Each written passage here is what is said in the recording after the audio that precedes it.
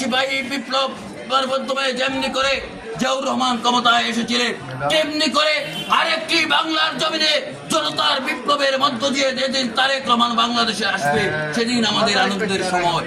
আরেকটি আনন্দ হবে যেদিন আমাদের প্রিয় নেতা, এই সিলেটের কোটি মানুষের প্রিয় নেতা, সিলেটের গৌরব উজ্জ্বলিত একটি নক্ষত্র, যে নক্ষত্রটিকে আজকে গুম নামক কারাগারে বন্দী করে রেখেছে, সেই কারাগার থেকে যেদিন মুক্ত হয়ে আসবে সেদিন আমরা আনন্দ করতে পারি। সিলেটের মানুষ আনন্দ করতে পারে না, আমার ভাইকে, আমার সন্তানকে গুম নামক কারাগারে রেখে আনন্দ করতে পারে না।